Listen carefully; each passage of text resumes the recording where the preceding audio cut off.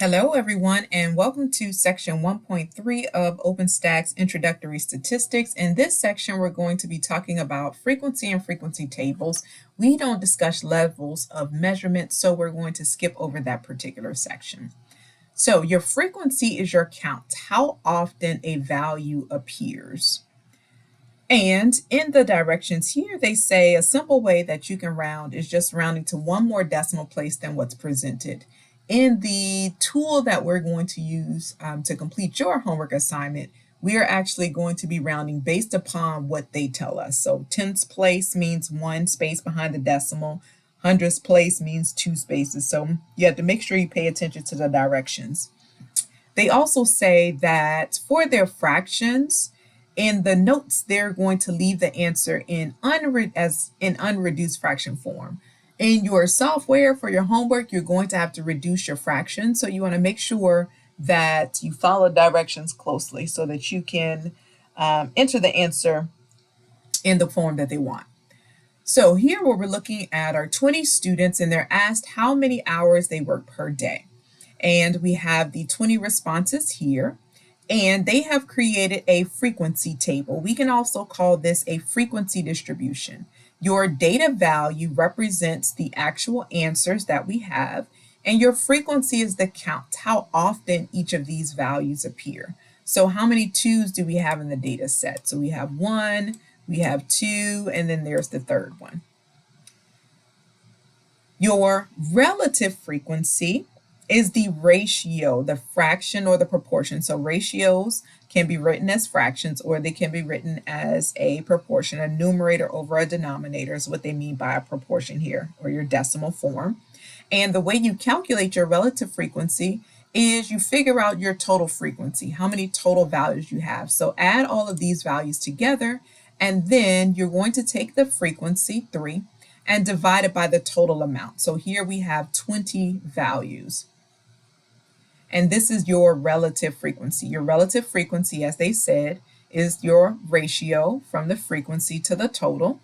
And they said to leave it unreduced, but when you're entering these answers into the software, you want to make sure that you reduce your fraction. So 2 is divisible and for both of these numbers, so this should be 1 out of 10. You also have something called a cumulative relative frequency. And what this means is we're going to take each of the probabilities and add it with the next term. So we would take 0.15 and add it to 0.25, and that's how we get 0.4. So it's cumulative, you're adding all the way down. So for this row, we'll take 0.15 plus 0.25 plus 0.15, and that gives us our 0.55. So you're adding the successive values together, and it should total 1, which represents 100%, or depending on if you had to round here, it might be a little off, but it still should be around 1.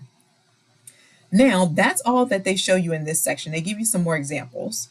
They also do talk about if you group your values. So here, most of the time, though, we will not have the same number represented. If it is, then in the last section 1.1, I showed you interval notation. So interval notation, we will put a bracket on the left to symbolize that 59.95, that particular value is included in this particular row, and we call this row also a class. Then on this side, we will put the comma, which means that this value is not included in this particular row. The 61.65 is included in that very next row. And once again, that is called interval notation.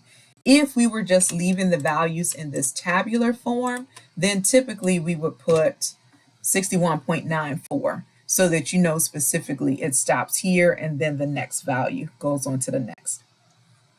Okay, so let's see what this looks like in Excel. Let's see what this looks like in the SALT tool that we were going to use, and then we'll see what it looks like. No, that's it. Okay. So, first way, you could do this the long way. So here is my Microsoft Excel. We could absolutely type in each of these individual values. One of the problems with that is you have to double and maybe triple check because you may have forgotten some values. I'm going to show you another way. It does require some extra steps, but worst case scenario, you can always just type the values in. So the first thing I'm going to do is highlight the data.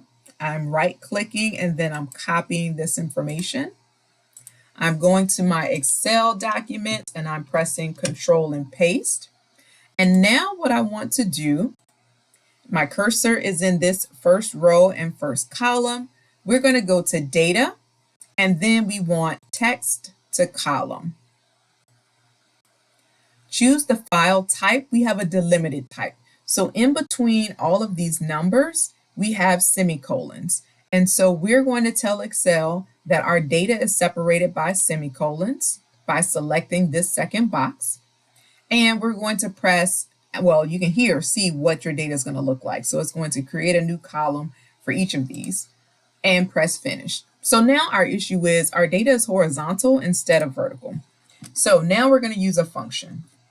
If you're lost, remember, you can always type everything in.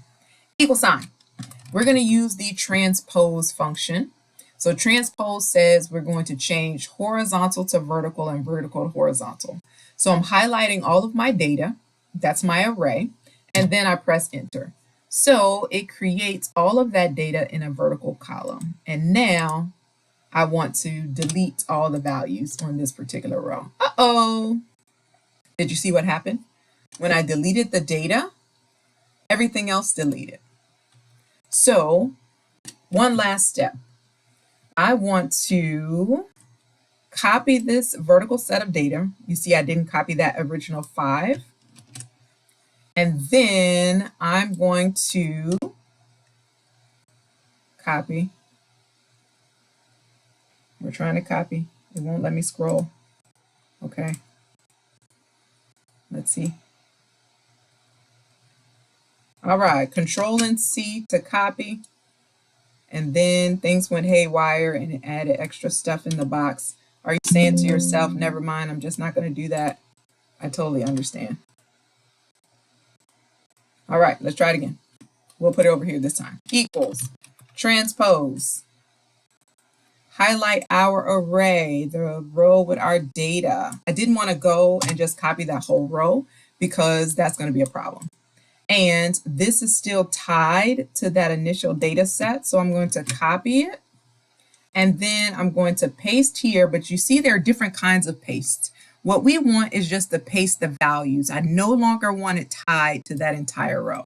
So now, instead of being tied to the transpose, now each of these values is just regular numbers. And that's what we want. So I'm going to delete the data here.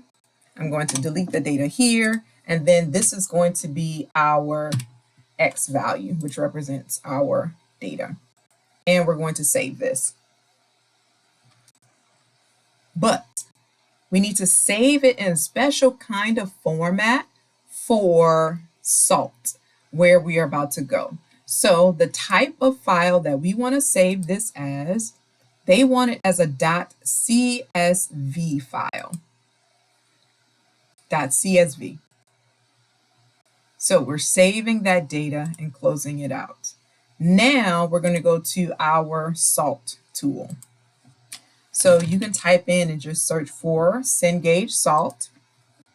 And with SALT, we need to first upload our CSV file. So this is why we had to save it in that special format. So we're going to upload the raw data set. So all of the individual values. So we're going to upload. We're going to go and search for our data set.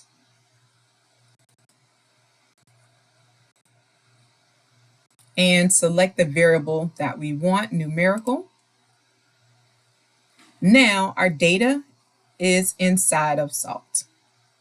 And what we want is to go under descriptive statistics. And here you have all of the numerical results, treating the values as quantitative data. So your mean is 4.1, you have your standard deviation, you have your sample size, you have your min, and all your 5-number summary.